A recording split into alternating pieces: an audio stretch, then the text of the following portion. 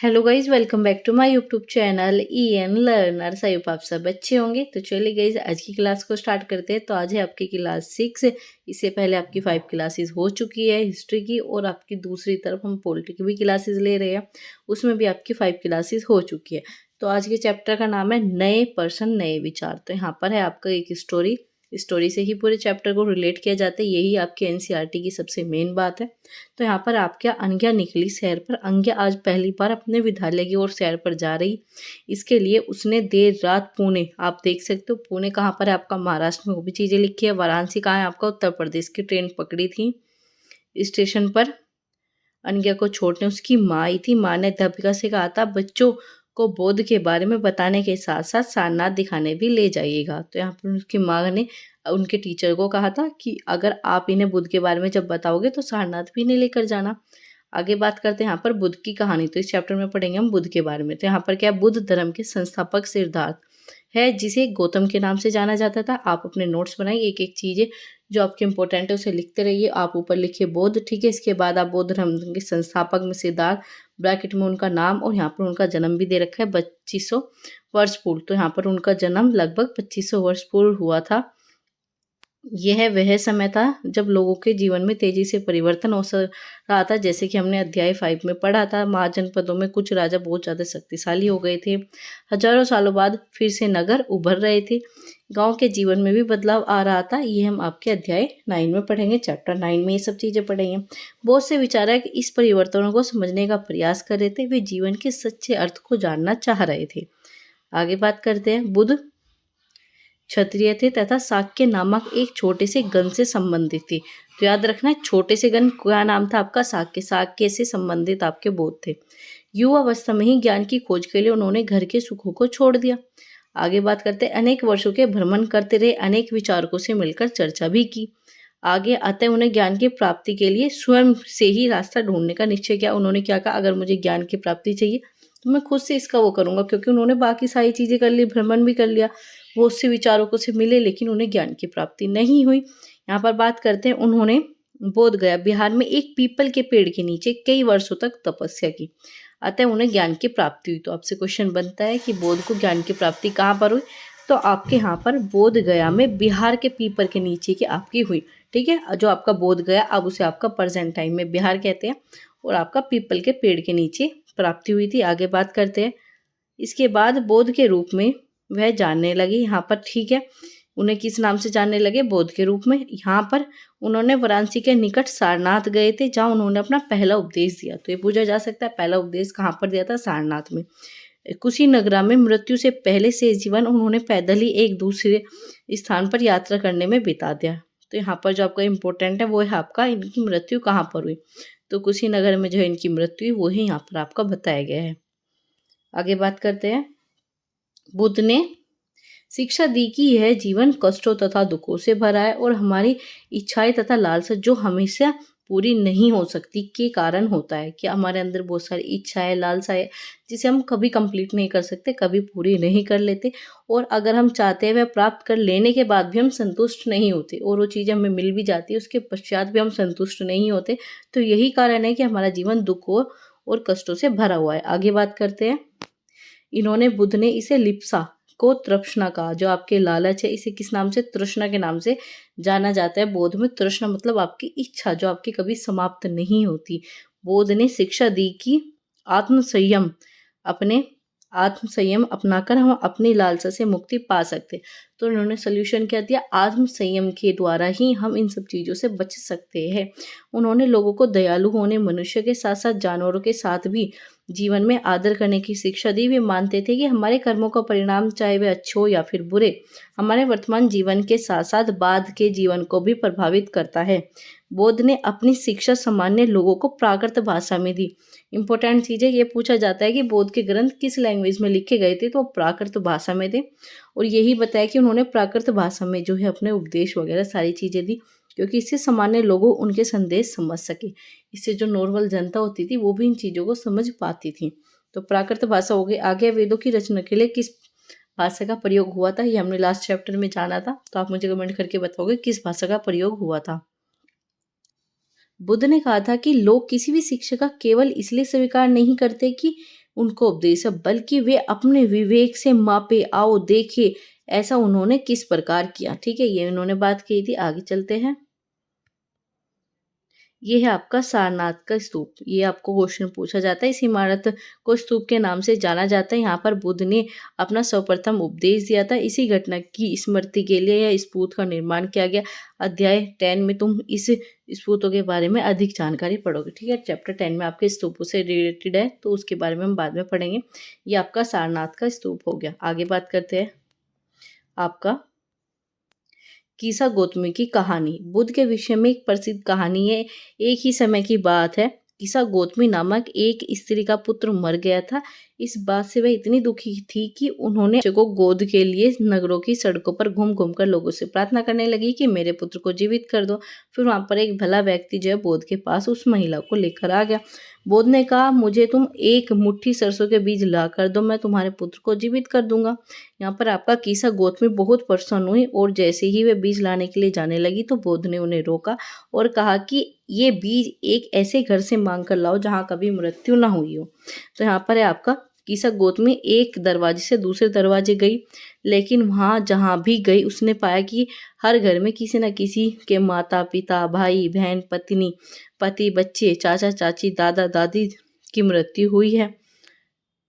बोध दुखी माँ को क्या शिक्षा देने का प्रयास कर रहे थे। तो यहाँ से बच्चों को हम एक्टिविटी भी कराएंगे। ये बताओ ऐसा बोध ने क्यों कहा, ये चीज़ें क्यों कराई। तो सिंपल सी बात है, वो उन्हें सच्चाई से अवगत कराना चाह रहे थे कि मृत्यु जो है आपके पुत्र की ही नहीं है, इस समाज में हर व्यक्ति के घर में हर कोई व्यक्ति मरता है। तो यही सब चीज़ें यहाँ पर बताई गई। आगे बात करते हैं आपका उपनिषद के बारे में। यहाँ पर आ गया, लेकिन इससे पहले हम पढ़ेंगे भारतीय दर्शन की 6 पद्धति। आपका षड दर्शन, इसमें सदियों से भारत द्वारा सत्य को बौद्धिक खोज की प्रतिनिधि दर्शन की 6 शाखाओं ने बांटा गया था। इसमें आपकी सबसे पहले वैश्विक न्याय, सांख्य, योग, पूर्व मीमांसा, वेदांत, या फिर आप उसे कह सकते हो उत्तर मीमांसा। वेदांत का ही दूसरा नाम उत्तर मीमांसा है, इस नाम से क्वेश्चन बन जाता है। तो ये तो थी आपकी 6 प्रकार की शाखाएं। इसमें है आपका दर्शन की ये 6 पद्धतियों की स्थापना क्रम से ऋषि कर्दन ने आपकी वैश्विक की, न्याय का आपका गौतम ने की, सांख्य की आपकी कपिल ने की, ऐसी आपकी योग की पतंजलि ने की, और पूर्व मीमांसा की आपकी जैस्मिनी ने की, और ऐसी वेदांत की आपके व्यास के द्वारा की गई है। आप इसका स्क्रीनशॉट लीजिए, वरना अपने नोट्स में ये सारी चीजें लिखिए। आगे बात करते हैं आपका यहाँ पर जो आज भी देश के बौद्धिक चर्चा को दिशा देती है। यहाँ पर है जैसे मूल रूप के ब्रिटिश भारतीय विद फ्रेडरिक मैक्समूलर के अनुसार दर्शन की इन 6 शाखाओं का विकास कई पीढ़ियों के दौरान व्यक्तिगत विचारों के योगदान से हुआ। यद्यपि ये एक दूसरे से भिन्न दिखते हैं, तद्भी सत्य की ही इनकी समझ से आधारभूत तालमेल करता है। कि मेन सब चीज़ों में क्या हमें सत्य की खोज करनी है, सत्य की इनकी समझ के आधारभूत तालमेल दिखाता है। यही सब चीज़ें गई कि 6 की 6 शाखाओं में अलग अलग चीज़ें देखने को मिली, लेकिन मेन जो फोकस है वो ही यही है कि संतुष्टि प्राप्त करना, सत्य प्राप्त करना। आगे बात करते हैं आपका इसी समय बहुत से दूसरे और चिंतक भी दार्शनिक प्रश्नों का उत्तर ढूंढने का प्रयास कर रहे थे। उनमें से कुछ मृत्यु के बाद जीवन के बारे में जानना चाहते थे, जबकि अन्य यज्ञों की उपयोगिता के बारे में जानने के लिए उत्सुक थे। इनमें से अधिकांश चिंतकों मानना था कि विश्व में कुछ तो ऐसा है जो स्थायी है और जो मृत्यु के बाद भी बचा रहता है।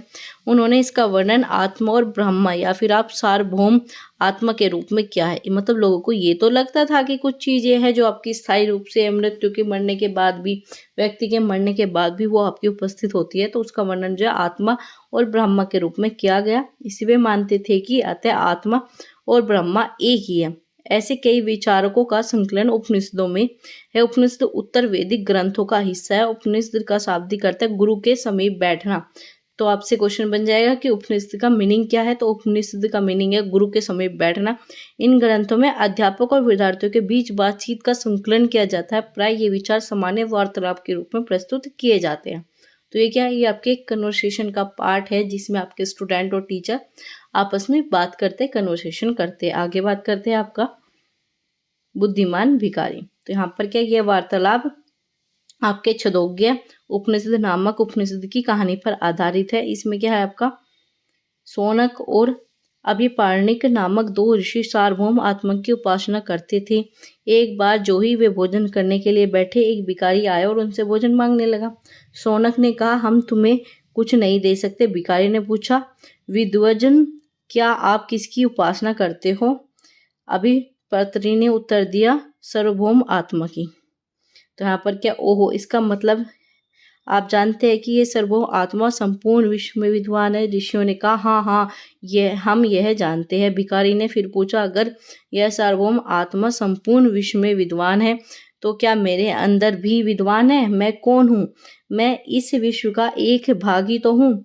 तुम सत्य बोलते हो युवा ब्राह्मण, इसलिए ये हे ऋषि, मुझे भोजन न देकर आप उस सार्वभौम आत्मा को भोजन देने से मना कर रहे हो। भिखारी की बात की सच्चाई जानकर ऋषियों ने उसे भोजन दे दिया। भिखारी ने भोजन पाने के लिए ऋषियों को किस तरह मनाया? तो ये आपकी क्या थी, भिखारी जो था बुद्धिमान था, तो उन्होंने उसी तरीके से जो अपना भोजन प्राप्त कर लिया। यहाँ पर बात करते हैं इन चर्चाओं में भाग लेने वाले अधिकांश पुरुष ब्राह्मण तथा राजा होते थे। कभी कभी गार्गी, अपला, यहाँ पर घोषा, मैत्री जैसी स्त्री विचारकों का भी उल्लेख मिलता है। तो क्वेश्चन बनता है, जो आपकी स्त्री विचारक थी उसमें आपका गार्गी का बहुत नाम आता है, आपका अपाला, घोषा, मैत्री, इनके आप नाम नोट कर लेना, क्वेश्चन बनता है। जो अपने विद्वता के लिए जानी जाती है और वाद विवाद में भाग लिया करती थी। निर्धन व्यक्ति इस तरह के वाद विवाद में बहुत ही कम हिस्सा लेते थे। इस तरह के एक प्रसिद्ध अपवाद सत्यकाम जबाल का है। सत्यकाम जबाल का नाम उसकी दासी माँ के नाम पर पड़ा था। सत्यकाम के मन में सत्य को जानने की तीव्र जिज्ञासा उत्पन्न हुई। गौतम नामक एक ब्राह्मण ने अपने विद्यार्थी के रूप में स्वीकार किया और वह उसके समय सर्वाधिक प्रसिद्ध विचारकों में से एक बन गए। उपनिषदों में कई विचारकों का विकास बाद में प्रसिद्ध विचारक शंकराचार्य के द्वारा किया गया। तभी तुम अध्याय कक्षा 9th में, जिसके बारे में तुम कक्षा 7th में पढ़ोगे, तो हम 7th में पढ़ लेंगे। आगे बात करते हैं आपका, यहाँ पर आ गया आपका व्याकरण विद पाणिनि। तो यह युग में कुछ विद्वान की खोज कर रहे थे। उन्होंने प्रसिद्ध विद्वानों में पाणिनि ने संस्कृत भाषा के व्याकरण की रचना की। तो आपका यहाँ पर क्वेश्चन बनता है कि व्याकरण की रचना किसने की? पाणिनि ने की, संस्कृत भाषा में की। उन्होंने स्वरों तथा व्यंजनों के एक विशेष क्रम में रखकर आधार पर सूत्र की रचना की। ये सूत्र बीज गणित सूत्र से काफ़ी मिलते जुलते हैं। इसका प्रयोग कर उन्होंने संस्कृत भाषा के प्रयोग के लिए नियम लघु सूत्र लगभग आपके 3000 रूप में लिखे गए हैं। तो इम्पोर्टेंट है, नोट्स करना इन्हें। आगे बात करते हैं आपका जैन धर्म। अब तक हमने बौद्ध धर्म पढ़ लिया, अब हमने आपका वेदांत भी पढ़ा था, आपके वेद वगैरह भी लास्ट क्लास में पढ़े थे। अब हम पढ़ेंगे आपका जैन धर्म। इस युग के अर्थात 2500 वर्ष पूर्व जैन धर्म में 24वें तथा अंतिम तीर्थंकर महावीर ने अपने विचारों का प्रसार किया। यह वज्जी संघ के लिच्छवी कुल के एक क्षेत्रीय राजकुमार थे। तो आपसे पूछा जाएगा किस कुल से संबंधित थे, कहाँ के थे, तो आपको याद रखना है। आगे बात करते हैं इस संघ के विषय में। तुमने अध्याय 5 में पढ़ा था कि 30 वर्ष की आयु में घर छोड़कर दिया था। इन्होंने क्या करते था, 30 वर्ष की आयु में घर छोड़ दिया था, जंगल में रहने लगे थे। 12 वर्ष तक इन्होंने यहाँ पर कठिन तथा एकांकी जीवन व्यतीत किया। इसके बाद जो है इन्हें ज्ञान की प्राप्ति हुई।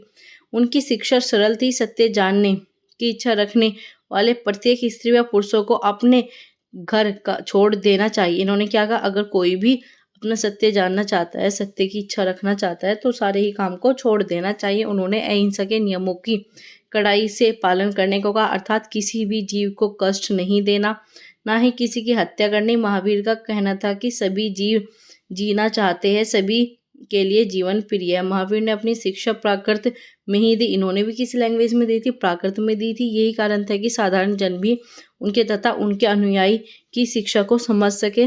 देश के अलग अलग हिस्सों में प्राकृत के लिए अलग अलग रूप से प्रचलित थे। प्रचलन क्षेत्र के आधार पर उनके अलग अलग नाम, जैसे मगध में बोली जाने वाली प्राकृत मगधी कहलाती थी। तो ये अलग अलग आपके नाम हो गए। आगे बात करते हैं जैन नाम से जाने वाले महावीर के अनुयायी को भोजन के लिए भिक्षा मांगकर सादा जीवन व्यतीत करना पड़ता था। उन्होंने अपनी पूरा जो है ईमानदार होना पड़ता था। चोरी न करना सख्त हिदायत थी। इसमें जो है आपका ना चोरी कर सकते थे, अपना पेट या भोजन जो है आपका भीख मांग कर यहाँ पर करते थे। उन्हें ब्रह्मचार्य का पालन करना होता था। पुरुषों को वस्त्रों सहित सब कुछ त्याग देना पड़ता था। तो यहाँ पर पुरुष जो है उन्हें वस्त्र वगैरह को भी रखने की इच्छा नहीं होती थी, उन्हें भी वो सारी चीज़ें जो है त्याग देनी पड़ती थी, हर एक चीज़ जो है वे त्यागते थे। आगे बात करते हैं, अधिकांश व्यक्तियों के लिए ऐसे कड़े नियमों का पालन करना बहुत कठिन था। फिर भी हजारों व्यक्ति ने इस नए जीवन शैली को जानने तथा सीखने के लिए अपने घरों को छोड़ दिया। कई अपने घरों पर भी रहकर आपके भिक्षु भिक्षुणी बने और लोगों को भोजन प्रदान करने में उनकी सहायता करते रहे। मुख्य व्यापारियों ने जैन धर्म का समर्थन किया। तो जैन धर्म का सबसे ज़्यादा समर्थन व्यापारियों के बीच में मिलेगा।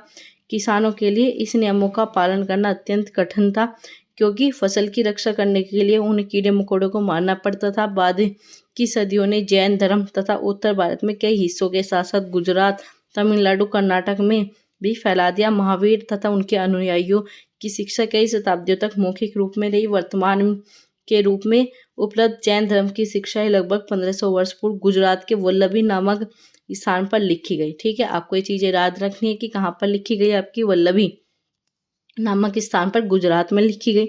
ये सब जो थे आपके हिस्से थे। इन्होंने ये भी बताया कि व्यापारी ही इस चीज़ को क्यों मान सकते थे, किसान ने इस धर्म को क्यों नहीं माना।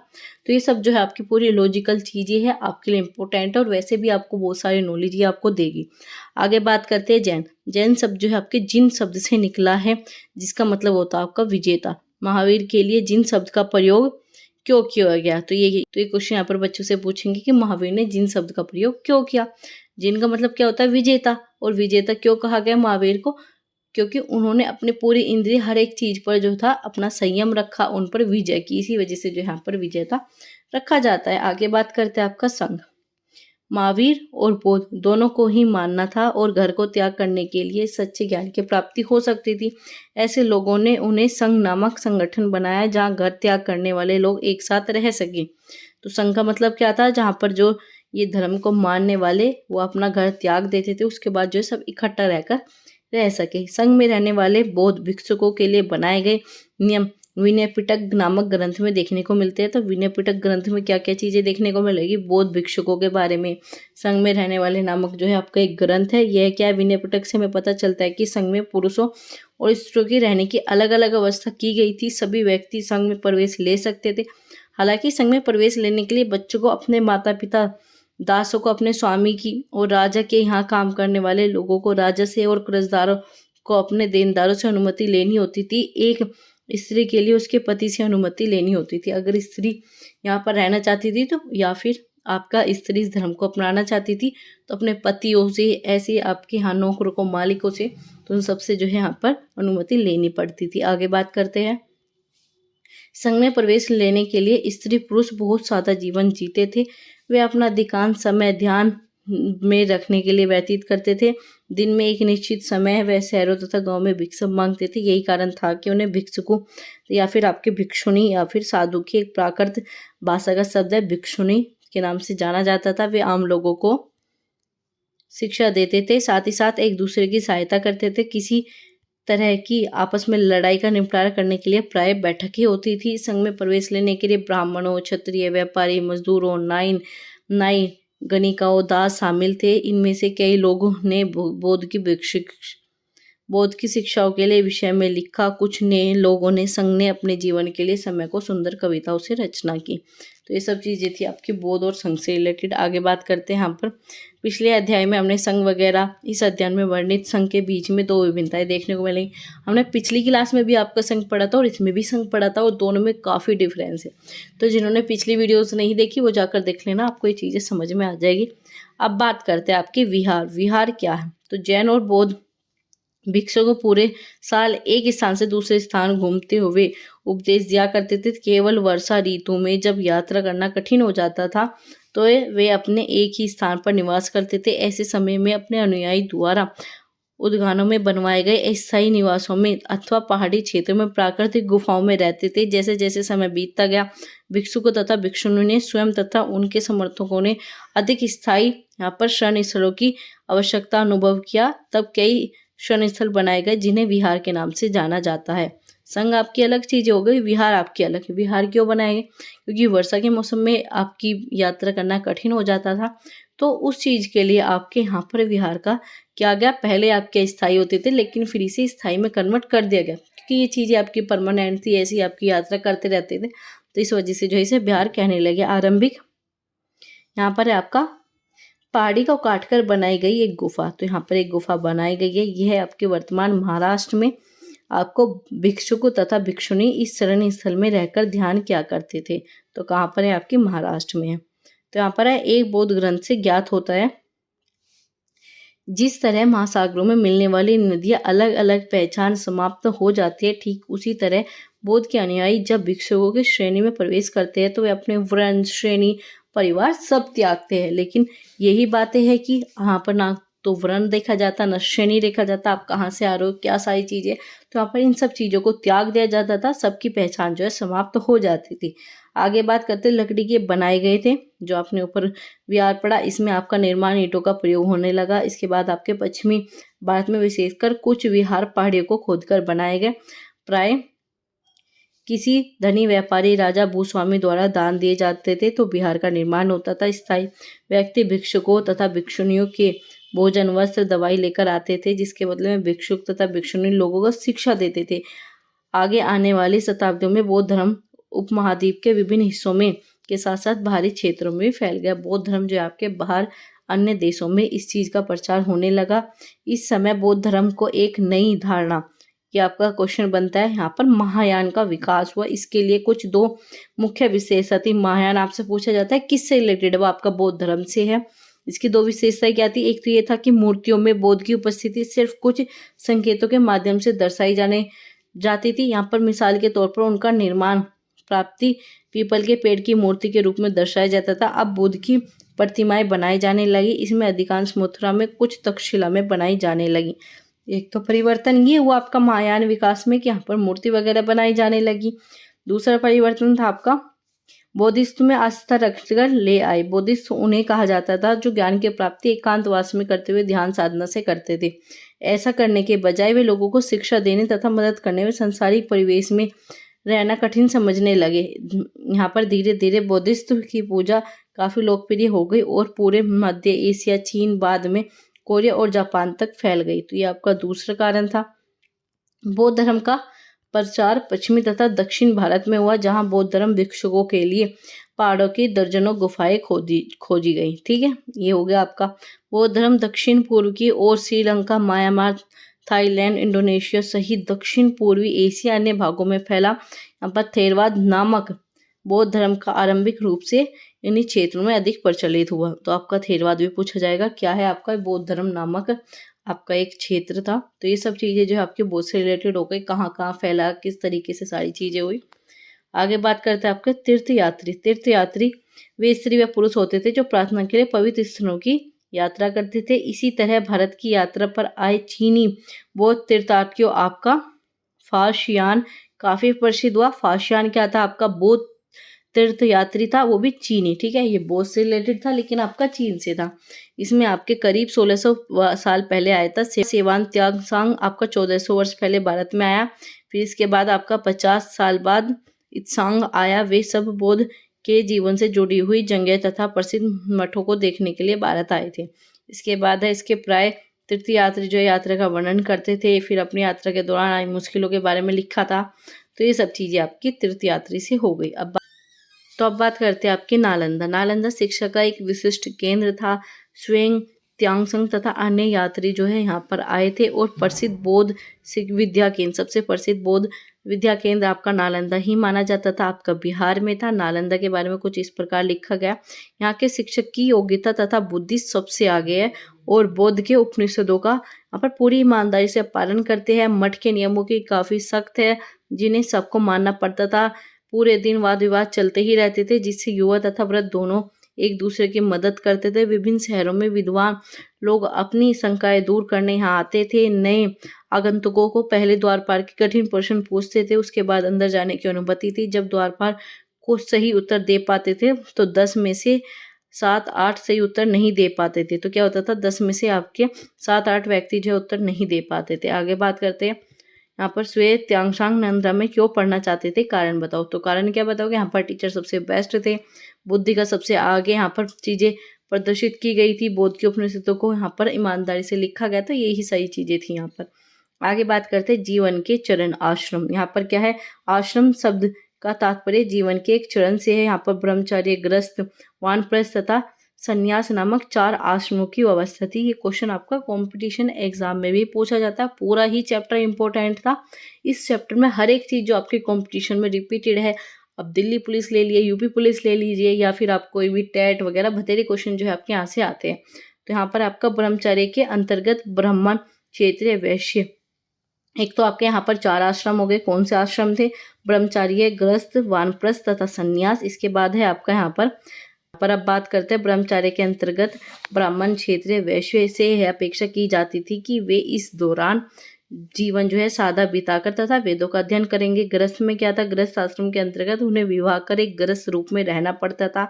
वानप्रस्थ के अंतर्गत उन्हें जंगल में जाकर एक साधना करनी पड़ती थी, अतः उन्हें सब कुछ त्याग कर सन्यासी बन जाना पड़ता था। लास्ट में आपका आश्रम अवस्था में लोगों को अपने जीवन का कुछ हिस्सा ध्यान में लगाने पर बल दिया गया। संकीर्ण जीवन में आश्रम की अवस्था किस प्रकार भिन्न थी? जो आपके संघ का जीवन था और आश्रम की अवस्था किस प्रकार भिन्न थी, दोनों चीजें पढ़ी तो आप इसमें डिफरेंस कर पाओगे। ऐसे आपके डिफरेंस के क्वेश्चन नहीं आएंगे, लेकिन आपको ये चीजें पता होनी चाहिए। चैप्टर आपने पूरा पढ़ लिया, क्योंकि जब आप इस तरीके से सोचोगे तो आपको पूरे चैप्टर का लॉजिक समझ में आएगा, क्या सारी चीजें थी। तो ये था आपका आश्रम, इंपॉर्टेंट चीजें थी। आगे बात करते हैं आपकी कल्पना करो। ये बच्चों की एक्टिविटी हो गई, ये आपके उपयोगी वर्ड थे, सबका ही मीनिंग हमने पढ़ लिया, क्या क्या सारी चीजें थी। आगे बात करते हैं यहाँ पर इंपॉर्टेंट तिथियां। उपनिषद के विचारक जैसे जैन, महावीर तथा बौद्ध, यहाँ पर ये सारी चीजें दे दी। ग्रंथ के बारे में यहाँ पर डेट दे रखी है, इन्हें भी आप नोट डाउन कर लेना। तो ये आपका पूरा चैप्टर था जो कि मोस्ट इंपॉर्टेंट था, इससे क्वेश्चन आपके बनते हैं। तो एक एक नोट्स आप बना लेना, जो चीज़ें इंपॉर्टेंट थी उन्हें नोट डाउन जरूर करना। तो चलेगा, इस मिलते हैं आपसे अगली क्लास में ऐसी इंपॉर्टेंट क्लास को लेकर। तो जो भी नया जुड़ा हो चैनल के साथ, चैनल को सब्सक्राइब कर लेना और बेल आइकन को प्रेस कर लेना, ताकि आपको ऐसी ही अपडेट मिलती रहे। तो चलेगा, इस मिलते हैं आपसे अगली क्लास में।